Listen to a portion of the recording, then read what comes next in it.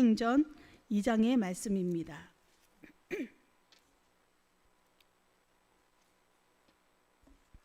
신약성경 188쪽쯤에 있습니다.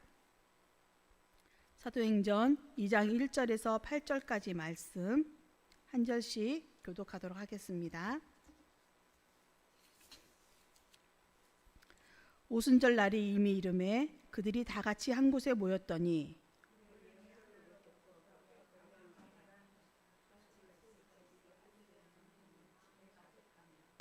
마치 불의 혀처럼 갈라지는 것들이 그들에게 보여 각 사람 위에 하나씩 임하여 있더니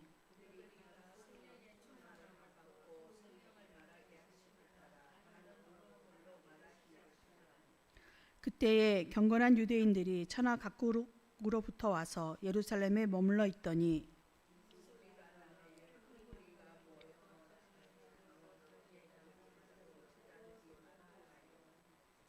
다 놀라 신기하게 여겨 이르되 보라 이 말하는 사람들이 다 갈릴리 사람이 아니냐 우리가 우리 각 사람이 난 곳 방언으로 듣게 되는 것이 어찌 됨이냐. 아멘. 할렐루야. 오늘도 수요 성서 연구에 함께 하시는 모든 성도님들을 축복합니다. 오늘 말씀의 제목은 하나님의 뜻을 나누는 교회입니다. 그리고 오늘 본문은 사도행전 2장 1절에서 8절까지의 말씀을 가지고 함께 나누도록 하겠습니다. 우리 성도 여러분께서는 하나님의 역사가 어디에 나타나는 것 같습니까? 이미 정답을 말씀하시는 분이 있으십니다. 하나님은 아무 곳에서나 역사하시는 분이 아닙니다. 하나님의 뜻을 사모하는 공동체 위에 성령의 사모를 간절히 바라는 공동체 위에 역사하시는 분입니다. 오늘 본문에 성령이 임한 사건이 나오게 되죠. 이 성령이 임한 사건은 약속을 기다리는 공동체 위에 하나님의 때가 임한 그러한 사건입니다. 예수님의 제자들이 지금 무엇을 하고 있습니까? 그들은 예수님의 말씀에 순종하여서 예루살렘을 떠나지 않고 한자리에 모여서 마음을 같이하여 기도하며 하나님의 약속을 기다리고 있었습니다. 이때에 오순절이라는 이 절기가 맞춰서 하나님이 정하신 시간에 성령께서 임하셨고 교회는 비로소 세상을 향해 나아가는 공동체가 되기 시작을 합니다. 오늘 우리의 신앙과 교회의 모습이 어떻습니까? 우리는 성령을 사모하면서 하나님의 때를 기다리고 또 하나님의 일하시는 것을 기대하고 있으신지요? 하나님은 믿음으로 순종하며 하나님의 뜻을 구하는 교회 위에 역사하심으로 오늘 말씀을 통해 분명하게 드러내주고 있습니다. 이제 우리는 하나님이 원하시는 교회가 무엇인지 말씀을 통해 살펴보고자 합니다. 하나님이 원하시는 교회, 첫 번째로 함께 읽어볼까요? 하나님의 생각을 나누길 원하십니다. 네, 하나님이 원하시는 교회는 하나님의 생각을 나누기를 원하시는 교회입니다. 우리 사도행전 2장 1절에 이렇게 시작을 합니다. 함께 읽겠습니다. 오순절 날이 이미 이르매 그들이 다 같이 한 곳에 모였더니. 여기서 중요한 표현을 하나 뽑는다면 어떤 표현일까요? 네, 역시 수준 있는 우리 성도님들이세요. 다 같이입니다. 다 같이. 이 말은 마음과 뜻이 하나 된 상태를 의미하고 있습니다. 제자들은 지금 한 마음으로 예수님의 그 약속을 붙들고 하나님의 뜻을 기다리는 공동체로서 모여 있는 것입니다. 이 다 같이라는 의미는 그냥 여러 명이 모여 있다라는 뜻이 아니라 마음을 같이 한 사람들이 모여 있다라는 것입니다. 한 마음으로 모여 있습니다. 그때 어떤 일이 일어납니까? 2절에서 3절까지 말씀 같이 읽어봅니다. 호련히 하늘로부터 급하고 강한 바람 같은 소리가 있어 그들이 앉은 온 집에 가득하며 마치 불의 혀처럼 갈라지는 것들이 그들에게 보여 각 사람 위에 하나씩 임하여 있더니. 아멘. 네, 이 장면이 상상이 되시나요? 네, 이 장면은 매우 상징적입니다. 바람의 소리가 들렸다고 하지요. 바람의 소리가 있다라고 했습니다. 이 바람은 하나님의 생기 그리고 하나님의 영을 의미하고 있습니다. 상징적인 표현이지요. 그리고 또 뭐가 있습니까? 불의 혀처럼 갈라지는 것들이 있다. 이것을 상상해 보면 이제 갈라져 있는 불의 모양들이 우리가 생각이 떠오르죠. 이 불은 하나님의 임재와 거룩을 나타냅니다. 우리 모세가 떨기나무 사이에 그 불이 붙은 떨기나무에서 하나님을 만났듯이 하나님의 임재를 나타내고 있습니다. 즉 이 모든 상황은 상징적으로 성령의 임재를 나타내고 있는 것이죠. 성령의 임재는 체험을 넘어서 하나님의 생각이 공동체 안에 실제로 임하는 그러한 사건입니다. 성령은 하나님의 영입니다. 그렇기 때문에 성령이 임한다라는 것은 곧 하나님의 계획 그리고 뜻이 하나님의 생각이 이 사람 안에 실제로 전달되고 작동하기 시작한다라는 것입니다. 그렇기 때문에 실제로 하나님의 생각이 사람들에게 임하는 사건이다라고 볼 수 있는 것이죠. 이것은 인식, 이해, 의지의 변화까지 포함하는 한마디로 하나님께서 보여주시는 계시적 사건입니다. 교회는 사람의 의견이 모이는 곳이 아니라 하나님의 뜻이 나누어져야 되는 곳입니다. 성령이 임재해야 하는 곳이 바로 이 교회입니다. 오늘날 교회는 어떻습니까? 성령이 임재하는 교회가 맞습니까? 오늘날 교회가 힘을 잃는 이유는 하나님의 뜻보다 사람의 생각이 앞서기 때문에 그 힘을 잃어버리고 마는 것이죠. 그러므로 우리는 다시 말씀과 기도를 통해 하나님의 생각을 듣고 그것을 함께 나누는 공동체가 되기 위해서 성령의 임재를 간절히 간구해야 합니다. 하나님이 원하시는 교회의 두 번째, 하나님은 구원의 영향력이 흘러가는 교회를 원하고 계십니다. 우리 4절을 보면 이렇게 말씀합니다. 같이 읽어보겠습니다. 그들이 다 성령의 충만함을 받고 성령이 말하게 하심을 따라 다른 언어들로 말하기를 시작하니라. 아멘. 성령이 임하자 가장 먼저 나타난 변화가 바로 언어가 바뀌었다라는 거예요. 그런데 여기서 중요한 것은 제자들이 말하는 언어가 바뀌었다는 것이 아니에요. 제자들이 말을 할 때에 그들이 갑자기 영어를 쓰고 불란서를 쓰고 한국말을 쓰고 이렇게 각 나라의 말들로 그들이 말을 했다라는 것이 아닙니다. 제자들은 자신들의 언어로 말을 했습니다. 그런데 어떤 놀라운 역사가 일어납니까? 바로 듣는 사람들이 자기 나라의 언어로 들었다는 사실입니다. 이것이 바로 놀라운 변화인 것이죠. 성령의 역사인 것이죠. 어떻게 하면 제가 이렇게 한국말을 하는데 미국 사람이 영어로 잘 들을 수 있을까요? 있을까요? 없을까요?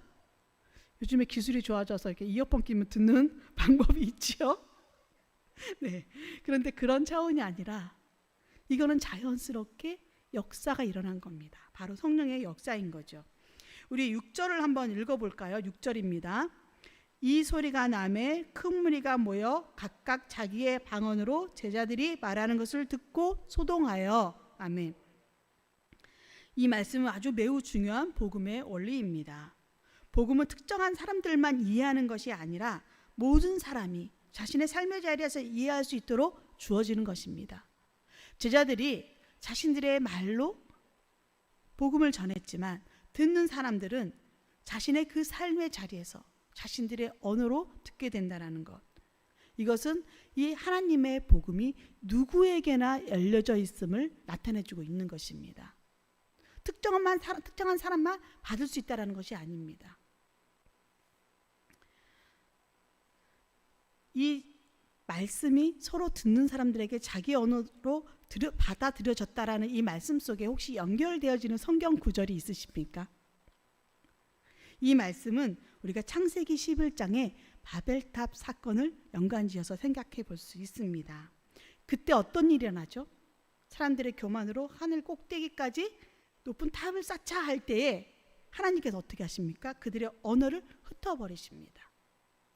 언어가 흩어졌던 사건이 성령 안에서 다시 연결되는 회복의 사건이 지금 이 순간 오순절 다락방 이후에 성령의 임하심으로 말미암아 일어나고 있는 것입니다. 하나님은 교회가 세상과 단절된 공동체가 되기를 원하지 않으십니다.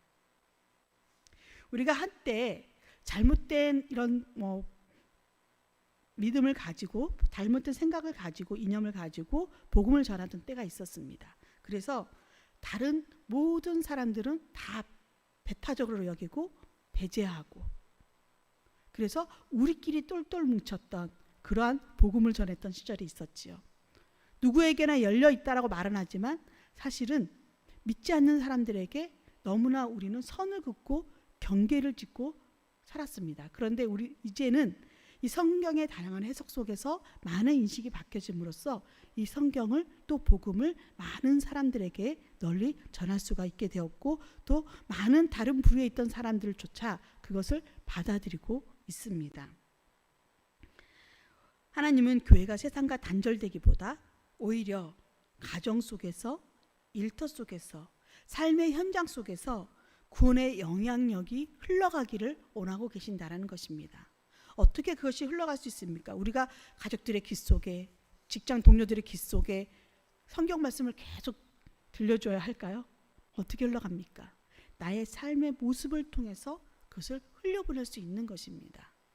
아, 저렇게 예수를 믿으면 나도 예수님 믿겠는데 라는 말이 우리 성도들의 모습을 통해서 세상 사람들에게 흘러나와야 합니다. 그런데 지금의 세상은, 지금의 교회는 어떻습니까? 세상에 오히려 지탄을 받고 염려 근심 속에 있지 않습니까?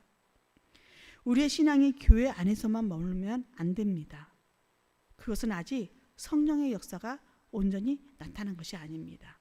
성령이 임하면 반드시 복음이 밖으로 흘러가게 되어 있습니다. 내가 만난 예수님을 전하지 않고는 배길 수 없게 되어 있습니다. 우리 예수님 처음 만났던 때 기억나시나요? 어떤 마음이셨는지 혹시 생각이 나시나요? 아주 너무 오래돼서 잊어버리셨을까요? 예수님을 그냥 내가 믿는다고 고백하고 그냥 부모님 손에 어렸을 때 따라왔던 그 시절 말고 정말 인격적으로 내가 예수님을 만났던 때, 그때 얼마나 우리에게 기쁨이 넘치고 감격이 있었습니까? 교회에 오고 예수님을 만날 생각에 설레는 마음이 없으셨습니까? 그렇게 좋은 예수님을 우리 옆에 분들에도 나누고 이웃에게도 나누고 막 하셨잖아요. 네, 그 믿음이 다시 회복되어지기를 원합니다. 그 구원의 영향력을 다시 흘려보낼 수 있게 되기를 주님의 이름으로 간절히 축원합니다. 세 번째로 하나님이 원하시는 교회, 하나님은 담대하게 복음을 전하기를 원하십니다. 우리 7절에서부터 8절까지 말씀 다 같이 읽어볼까요? 다 놀라 신기하게 여겨 이르되 보라, 이 말하는 사람들이 다 갈릴리 사람이 아니냐? 우리 각 사람이 난 곳 방언으로 듣게 되는 것이 어찌 됨이냐? 아멘. 사람들이 놀랍니다. 갈릴리 사람들은 당시 사회적으로 어떤 사람들이냐면 그 위치가 굉장히 못 사는 동네 사람들이었어요. 그렇기 때문에 거기 있는 사람들이 지식적으로 충만할 리가 없습니다. 잘 사는 사람들이 아닙니다. 사회적으로 배우지 못한 사람들, 평범하다 못해 오히려 낮고 천한 사람들이라고 취급을 받던 그런 사람들이었습니다. 그런데 그런 사람들이, 듣는 사람들은 자기네 언어로 들으니까 저 사람들이 각 나라의 말로 이야기하는구나 라고 여기게 되는 것이죠. 각 나라의 언어로 하나님의 큰 일을 말하고 있는 것을 경험하면서 듣는 사람들이 다 놀랐다라는 거예요. 이것이 어떻게 이루어질 수 있느냐, 이 일이 어떻게 생겨날 수 있느냐, 있을 수 없는 일이다. 다 깜짝 놀랐다는 것입니다. 무엇을 의미합니까?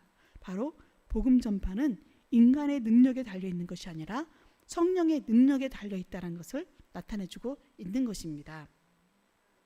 제자들은 이전까지 두려움에 떨던 사람들이었습니다. 비록 예수님의 말씀을, 약속을 믿고 성령을 기다리고 모여 있었지만 밖으로 나갈 엄두를 참아내지 못하고 있던 사람들입니다. 당시에 예수님이 이미 십자가에서 돌아가시고 부활의 사건들이 왜곡되고 또 제자들을 잡으려고, 예수를 믿는 사람들을 잡으려고 유대 지도층들이 혈안이 되어 있었습니다. 그 속에서 어떻게 밖에 나가서 감히 복음을, 예수님을 전하고 외칠 수가 있었겠습니까? 예수님이 십자가에 달려 돌아가실 때 이 제자들의 반응은 어땠습니까? 모두가 다 두려움에 떨어서 뿔뿔이 흩어졌습니다. 다 도망갔습니다. 그랬던 사람들입니다. 그런데 이제 그들에게 하나님의 생각이, 성령의 영이 임하게 되니까 어떻게 됩니까? 세상 앞에서 담대하게 복음을 말하기 시작을 합니다. 성령이 그들 안에 임했기 때문입니다. 우리도 종종 말합니다. 우리는 이렇게 말하지요. 나는 부족해서 전도 못해요. 내가 부족한데 어떻게 전도를 합니까? 나는 준비가 되지 않았습니다. 이런 이야기들 많이 합니다. 그렇죠? 맞는 말입니다. 우리는 부족합니다. 우리는 준비되지 않았습니다. 그런데 하나님은 준비된 사람을 쓰시는 것이 아닙니다. 성령 충만한 사람을 쓰시는 겁니다. 교회는 침묵하는 공동체가 아니라 담대하게 복음을 선포하는 공동체입니다. 믿으십니까? 네. 우리 창현교회가 100년의 역사를 맞이하면서 복음을 선포했나요? 안 했나요? 선포했죠. 그때 이 100년의 길을 걸어오는 동안 복음을 선포할 때 모두가 다 맞습니다, 옳습니다, 환영합니다 라고 다 받아들였을까요? 그렇지 않아요. 지금의 시대보다 훨씬 더 큰 핍박들이 있었을 것입니다. 그럼에도 불구하고 예수님을 담대하게 전했던 것은 이 교회 안에 성령의 임재가 있었기 때문입니다. 하나님의 생각이 이 안에 있었기 때문입니다. 하나님의 생각이, 하나님의 뜻이 이 교회 안에 나누어졌기 때문입니다. 그것을 듣고 우리는 순종하고 행하였을 때에 성령의 역사가 일어난 줄로 믿습니다. 사랑하는 우리 성도 여러분, 사도행전 2장의 교회는 단순한 성령 체험을 한 공동체가 아닙니다. 그들은 하나님의 뜻을 함께 나누는 공동체였고 구원의 영향력이 흘러가는 공동체였으며 담대하게 복음을 전하는 공동체였습니다. 이것이 바로 하나님이 원하시는 교회의 모습입니다. 이것이 바로 오늘날 우리에게 원하시는 하나님의 뜻입니다. 혹시 하나님의 뜻보다 우리 교회가 사람의 생각이 앞서고 있지는 않습니까? 복음이 우리 안에만 머물러 있지는 않습니까? 두려움 때문에 침묵하고 계신지요? 오늘 이 말씀을 통해서 다시 한번 믿음의 용기를 가지시기를 바랍니다. 하나님은 오늘도 동일하게 성령을 통하여서 교회를 새롭게 하시기를 원하고 계십니다. 그러므로 우리는 다시 하나님의 뜻을 구하고 성령을 사모하며 담대히 복음을 전하는 자리로 나가야 합니다. 그럴 때 하나님께서 초대교회에 임하셨던 그 놀라운 역사를 오늘 우리 가운데도 동일하게 이루실 줄로 믿습니다. 이 말씀을 붙들고 승리하는 저와 우리 성도님들 되시기를 주님의 이름으로 축원합니다. 기도하겠습니다. 사랑의 하나님 아버지, 감사합니다. 초대교회에 임하셨던 성령께서 오늘 우리 가운데도 임하기를 원하시오니 주님, 저희들은 성령을 사모하는 마음을 품고 간절히 구하게 하여 주시옵소서. 이때에 동일하게 저희 속에서 성령이 임하여 주옵시고 역사하여 주시옵소서. 우리의 생각이 아니라 하나님의 뜻을 구하게 하시고 우리의 삶을 통해 복음이 흘러가게 하시며 두려움을 이겨내고 담대히 복음을 전하는 교회로 새롭게 거듭나게 하여 주시옵소서. 우리 주 예수 그리스도의 이름으로 기도드립니다. 아멘. 우리 찬송가